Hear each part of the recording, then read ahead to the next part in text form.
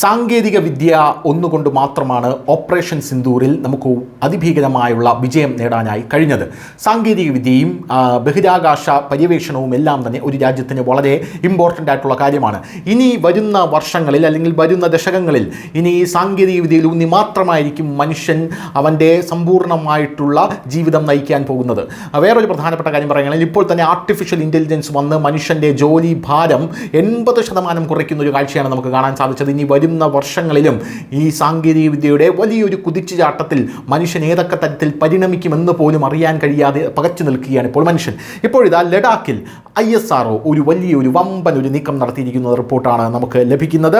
ബഹിരാകാശ യാത്രികരെ ബഹിരാകാശത്തേക്ക് അയക്കാനുള്ള പദ്ധതികൾ ഇന്ത്യ ഊർജിതമാക്കുകയാണെന്ന് നമുക്കറിയാം. ഈ പദ്ധതിയുടെ ഭാഗമായി ഇന്ത്യൻ ബഹിരാകാശ ഗവേഷണ സംഘടന, അതായത് ISRO, ചിലർ അതിനെ ISRO എന്ന് വിളിക്കും, ലഡാക്കിൽ ചൊവ്വയ്ക്ക് സമാനമായിട്ടുള്ളൊരു ബഹിരാകാശ യാത്രാ പരിശീലന സൗകര്യം ആരംഭിച്ചിരിക്കുകയാണെന്ന റിപ്പോർട്ട് പുറത്തു വരുന്നു.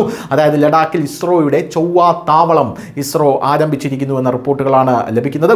2025 ജൂലൈ 31 വെള്ളിയാഴ്ച ലഡാക്കിലെ ധോക്കാർ വാലി എന്ന സ്ഥലത്ത് ISRO chairman doctor V Narayan ഗ്രഹ പര്യവേഷണത്തിലായിട്ടുള്ള ഹിമാലയൻ ഔട്ട്പോസ്റ്റ് ഉദ്ഘാടനം ചെയ്തിട്ടുണ്ട്. ഹോപ്പ് യഥാർത്ഥത്തിൽ ഒരു അനലോഗ് ദൗത്യമാണെന്ന് ഡോക്ടർ V നാരായൺ അറിയിച്ചു.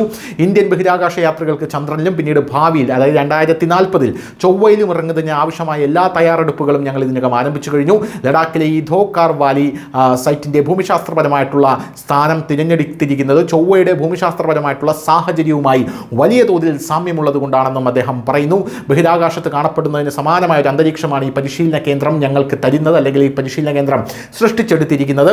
ഓഗസ്റ്റ് 1 മുതൽ 10 വരെ 2 ക്രൂ അംഗങ്ങൾ ഈ പരിശീലന കേന്ദ്രത്തിൽ താമസിക്കും. പരിശീലന കേന്ദ്രത്തിൽ 2 ശാസ്ത്രജ്ഞരും വ്യത്യസ്തമായ ശാരീരികവും മാനസികവുമായ അവസ്ഥകളിലായിരിക്കും. ഇതോടൊപ്പം മണ്ണ് ശേഖരണം, അതായത് ചന്ദ്രനിലെയും ചൊവ്വയിലെയും മണ്ണിൻ്റെ സാമ്പിളുകൾ ശേഖരിക്കൽ, സൂക്ഷ്മജീവി പരിശോധന തുടങ്ങിയ ശാസ്ത്രീയ പരീക്ഷണങ്ങളും നടത്തും. രാജ്യത്തെ വിവിധ ശാസ്ത്ര സ്ഥാപനങ്ങളും ഞങ്ങളുടെ പ്രത്യേക പരീക്ഷണത്തിൽ പങ്കുചേർന്നുവെന്നും പ്രത്യേകിച്ച് ഇൻസ്റ്റിറ്റ്യൂട്ട് ഓഫ് എയറോസ്പേസ് മെഡിസിൻ 2 ശാസ്ത്രജ്ഞരുടെ മുഴുവൻ പ്രവർത്തനങ്ങളും പ്രത്യേകമായി നിരീക്ഷിക്കുമെന്ന റിപ്പോർട്ടുകളും ഇപ്പോൾ പുറത്തു വരുന്നു. ലഡാക്കിലെ ഈ ഹോപ്പിന് 2 മോഡുലാർ യൂണിറ്റുകളുണ്ട്. 8 മീറ്റർ വീതിയുള്ള ഒന്ന് താമസിക്കുന്നതിനും മറ്റൊന്ന് 5 മീറ്റർ വീതിയുള്ള ശാസ്ത്രീയ പരീക്ഷണങ്ങൾക്കും മറ്റ് പ്രവർത്തനങ്ങൾക്കുമുള്ളതാണ് എന്നും റിപ്പോർട്ടുകൾ സൂചിപ്പിക്കുന്നു. News desk, news India Malayalam.